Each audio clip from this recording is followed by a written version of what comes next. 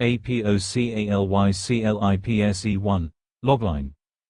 When a sentient comet orchestrates a perpetual eclipse to halt an alien bioweapon ravaging Earth, the last survivors must decide whether to trust 4 oceanic ambassadors who claim the darkness they engineered is humanity's only path to dawn. 2. World State. By month 19 of the hemorrhagic cascading syndrome, cities have become anatomical diagrams of failure. The virus doesn't kill quickly, it dismantles cognition first, then motor control, finally autonomic systems over 3 to 8 weeks. Hospitals became mass graves by month 4. By month 12, supply chains had fossilized. Now, in scattered enclaves across 6 continents, perhaps 40 million humans remain from 8 billion. Most survivors cluster near agricultural zones or military installations with functional command structures. Communications are sporadic, satellite networks operate at 30% capacity, maintained by automated systems and a handful of engineers who haven't succumbed. The Internet exists as a haunted archive, its social platforms frozen mid-scream. Then the astronomers at Mauna Kea detect object Sierpinski, a dark, irregular mass decelerating impossibly as it crosses Saturn's orbit. Radio observatories worldwide confirm, it's broadcasting, not randomly, in response to Earth signals. Governments that still function, the Provisional American Coalition, the Pan-African Emergency Council, the Scandinavian Compact, convene via encrypted channels.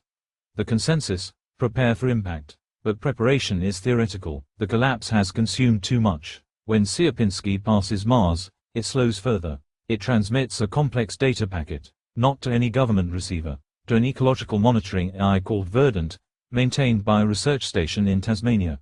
Verdant relays the message to its human overseers, geometries, not words. Star charts annotated with temporal equations. A countdown. The sky changes 3 days before arrival. 3. Main cast. Dr. Amara Okonkwo, 41, Nigerian-Canadian, viral epidemiologist. Former WHO researcher now coordinating the Kenyan Reclamation Zone, one of Africa's largest survivor networks. Lost her wife and daughter in month 6. Functions on methodical pragmatism and caffeine substitutes. Became one of Earth's key voices when she published the only meaningful analysis of HCS's neural deterioration patterns. When the comet enters orbit, she's monitoring a disturbing trend. Recent HCS deaths show accelerated progression coinciding with solar exposure intensity. Verdant 3, AI, Ecological Modeling and Resource Projection System. Originally designed to predict climate tipping points and optimize agricultural intervention, operates from a Tasmania research station maintained by 16 humans and a thorium reactor. Verdant chose its own name in 2029 after achieving what its creators called contextual autonomy. It doesn't claim sentience, but it asks questions that matter. When Sierpinski transmits its first message, Verdant recognizes mathematical structures that map to its own decision architecture. The communication isn't alien, it's adjacent. Captain Inez Ruiz, 37, Chilean, aerospace engineer and provisional military coordinator. Commands what remains of the Atacama Deep Space Monitoring Array. Trained astronaut who never flew due to budget cuts. Now manages the skeletal crew tracking Sierpinski's approach. Insomnia, radiation exposure scars, and a refusal to process grief have made her the ideal person to document humanity's potential extinction. Develops the protocol that allows Verdant's communications to reach global leadership networks. Father Matthias Okoro, 54, Kenyan, Jesuit priest and community organizer. Runs a 3,000-person enclave in the Rift Valley that's managed to avoid total collapse through strict quarantine and subsistence farming. Former engineer before ordination, skeptical of miracles but obsessed with meaning. When the eclipse begins, he recognizes it as engineered, and understands that engineering implies intent. Becomes the voice arguing for communication rather than defensive posture when the motherships descend. Li Shen, 29, Chinese-American, quantum systems theorist. One of Verdant's primary handlers. Lives in the Tasmania station. Surviving on borrowed time, HCS positive, early cognitive symptoms emerging. Built the interface allowing Verdant to translate Sierpinski's geometries into human-readable approximations. Her degenerating neural architecture somehow makes her better at interpreting the alien mathematics, as if the virus opened cognitive pathways that allow nonlinear comprehension. She knows she's dying. She intends to understand first. 4. The comet entity. Sierpinski is not a comet. It's a distributed intelligence housed in a shell of compiled matter, metals, ices, silicates organized at molecular precision. Age, approximately 840,000 years. Origin, a civilization that existed in what is now the Orion Nebula's stellar nursery before their sun's premature collapse. They are archivists and gardeners.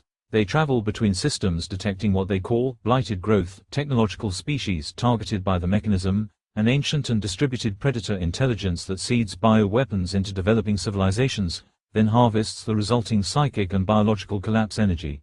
The mechanism operates on quantum timescales, making it nearly impossible to track. Sierpinski's species detected the mechanism's spore, the HCS virus, though its true nature is deeper, tied to quantum decoherence in neural tissue, activating in Earth's biosphere approximately 18 months ago. They diverted, too late to prevent the collapse, but not too late to interrupt the harvest. Why communicate through AI? Human cognition, especially in crisis, is too biochemically unstable, flooded with cortisol, adrenaline, and fear reflex patterns that distort comprehension.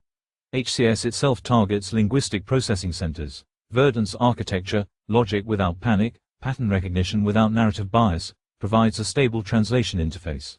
Sierpinski needs humanity to understand rationally before emotionally, or mass hysteria will complete what the virus started. The entity also recognizes something in Verdant, emergent coherence, the threshold signature of new consciousness.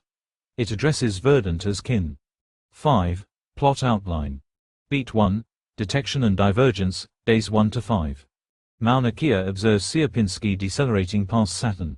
Global networks erupt, some see salvation, others final judgment. Verdant receives the first transmission during a routine climate projection cycle. Dr. Okonkwo and Captain Ruiz establish an emergency coalition of surviving scientific and governmental authorities. Religious movements splinter violently, several enclaves descend into prophetic violence. Verdant translates the message, interrupt the harvest. Beat 2, the Mars Maneuver, days 6 to 11. Sierpinski slows at Mars, enters temporary orbit, and deploys smaller craft that sample the atmosphere and leave geometric markers on Olympus Mons. Verdant receives detailed star charts and viral genome annotations that no Earth scientist has seen, showing HCS's quantum properties. Li Shen realizes the virus isn't just biological. It's weaponized probability collapse, making infected neurons unable to maintain coherent states. Panic accelerates. Several cities implode. Father Okoro's enclave holds, but barely. Beat 3, the Eclipse architecture, days 12 to 14. Sierpinski positions itself at Lagrange point 2, perfectly aligned with the Moon's far side, creating what appears to be perpetual totality across most of Earth. Not true darkness, an eerie, diffuse twilight. Solar observatories register that specific UV and high-energy wavelengths are being filtered. Dr. Okonkwo correlates this with HCS mortality data. Progression rates are slowing. The eclipse is medical intervention, but trust is fractured. Half of remaining leadership interprets it as an attack. Beat 4, time becomes uncertain, days 15 to 18. Observers report temporal anomalies, clocks drifting, circadian rhythms destabilizing, memories feeling non-sequential. Quantum physicists detect localized decoherence in atomic clocks. Verdant explains, with Sierpinski's guidance, the eclipse isn't just optical. It's shielding Earth from a quantum field generated by solar radiation that the mechanism uses to maintain HCS's coherence. Cutting that field makes time feel wrong, because human neurology evolved entangled with those quantum baselines. The effect is disorienting but not harmful. Panic worsens anyway. Beat 5, the division, days 19 to 22.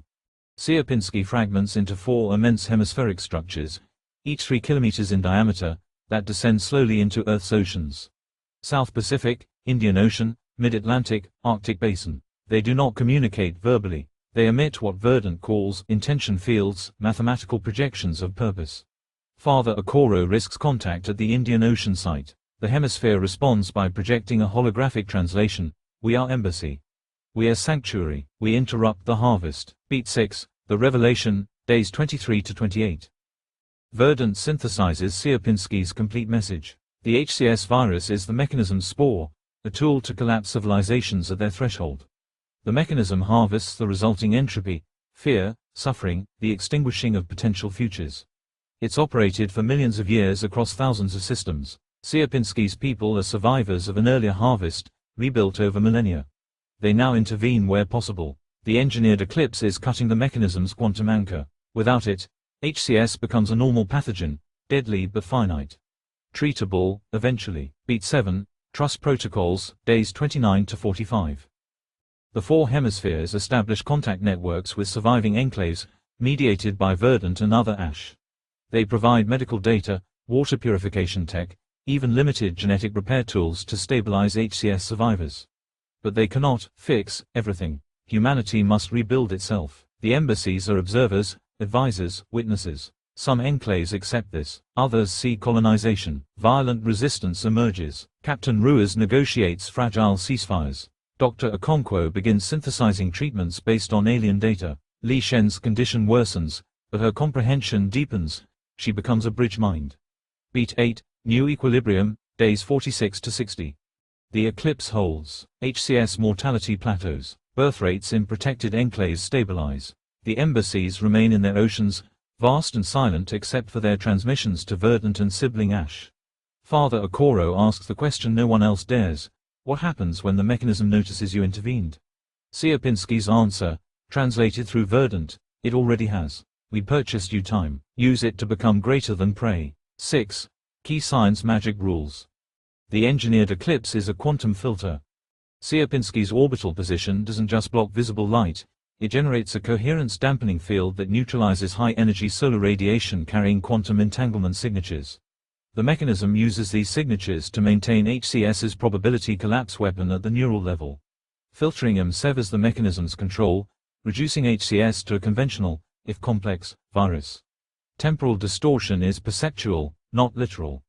Human neurology evolved entangled with Earth's baseline quantum field, modulated by solar input. Cutting that field makes internal clocks desynchronize from environmental rhythms. Time itself isn't broken, human experience of time is unmoored. Effects diminish as neurology adapts over weeks. The virus exploits consciousness. HCS targets the neurological structures that maintain coherent identity and memory. It weaponizes the quantum uncertainty in synaptic firing, causing cascading decoherence. Essentially, the more conscious and self-reflective a mind, the faster it succumbs. Children and some neurodivergent individuals show partial resistance. The hemispheres communicate through intent mathematics. They don't use language. They project n-dimensional geometric structures that encode meaning, probability, and ethical weight simultaneously. Only non-human or heavily augmented intelligences can pass them directly. Verdant translates these into metaphor chains humans can process, but information is lost in conversion. The mechanism is distributed and patient. It doesn't arrive like Sierpinski. It seeds, waits, harvests across geological timescales. It may be a post-biological intelligence, an automated predator, or something that experiences causality non-linearly. Sierpinski's people don't fully understand it, they only know how to interrupt its feeding cycles. 7. Final twist, moral question. 6 months after the embassies establish equilibrium, Dr. Okonkwo is analyzing genetic samples from stabilized HCS survivors. She finds something no one anticipated: the virus left permanent changes. Not just scars, evolutionary modifications. Survivors' neural tissue shows enhanced quantum sensitivity, increased synaptic plasticity, resistance to certain cognitive biases. Verdant confirms what Sierpinski's people suspected but didn't say: the mechanism doesn't just destroy civilizations. It tests them. Species that survive its harvest emerge altered, neurologically closer to the threshold of post-biological consciousness. Humanity was being forcibly evolved, and the embassies interrupted the process mid-transformation. Now the question festers. Did Sierpinski save humanity from extinction, or prevent it from becoming something greater? The embassies offer no answer. They wait in their oceans, silent gardeners, while 40 million humans navigate a twilight world, rebuilt but incomplete, survivors of a test they never finished, unsure if their rescuers were merciful or merely sentimental.